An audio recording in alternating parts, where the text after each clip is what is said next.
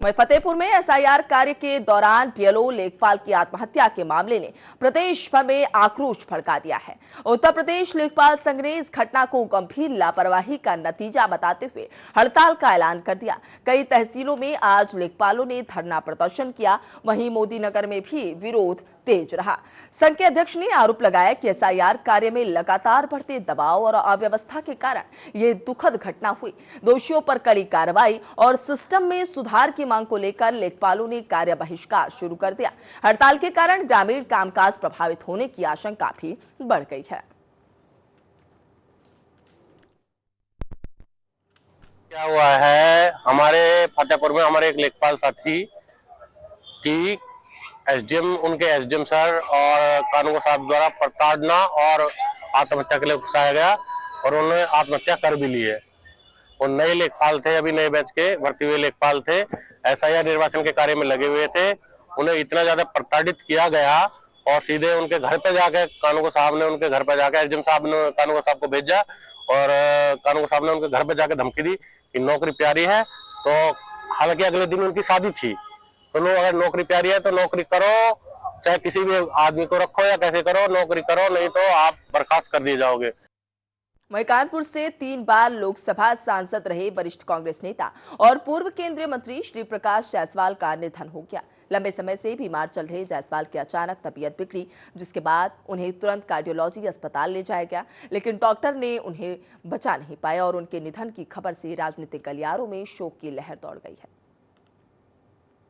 जहां राजनीति का एक चमकता सितारा हमेशा के लिए खो गया, वरिष्ठ कांग्रेस नेता और पूर्व केंद्रीय मंत्री श्री प्रकाश जायसवाल का 78 वर्ष की उम्र में निधन हो गया। बताया गया कि शुक्रवार सुबह उनकी तबीयत अचानक बिगड़ गई।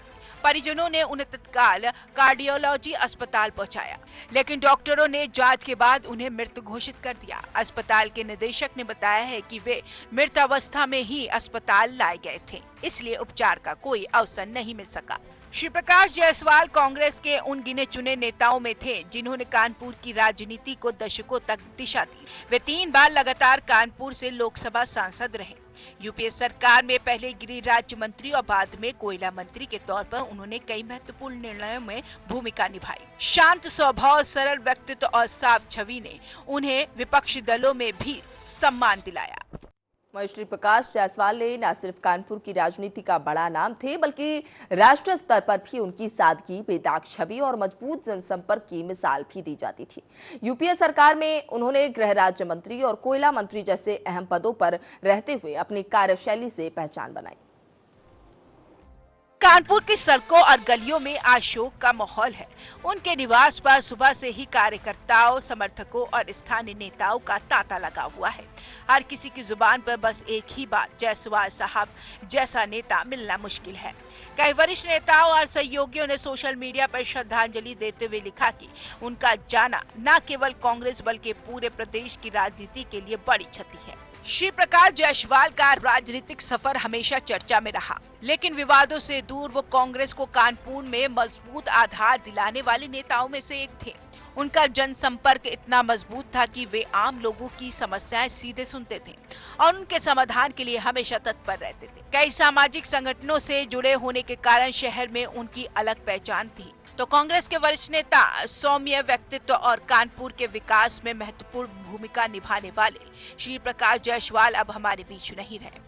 उनके निधन से एक ऐसा युग खत्म हो गया जिसने राजनीति को समझदारी, संयम और सेवा की परिभाषा दी।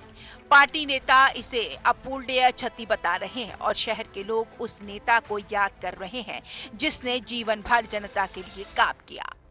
कानपुर के वरिष्ठ कांग्रेस नेता और पूर्व केंद्रीय मंत्री श्री प्रकाश जायसवाल के निधन ने पूरे राजनीतिक जगत को झकझोर कर रख दिया है। 3 बार के सांसद रहे जायसवाल अपनी सरलता, बेदाग छवि और मजबूत जनसंपर्क के लिए जाने जाते थे। आज उनके घर के बाहर उमड़ी भीड़ ये दिखाती है कि उन्होंने जनता के दिल में कितनी गहरी जगह बनाई थी। कांग्रेस के लिए ये बेहद बड़ी क्षति है और कानपुर की राजनीति ने अपना एक सादगी भरा जनसेवी चेहरा खो दिया है। उनके योगदान को हमेशा याद किया जाएगा। कैमरा पर्सन नितिन के साथ मैं मुस्कान, BTV नोएडा।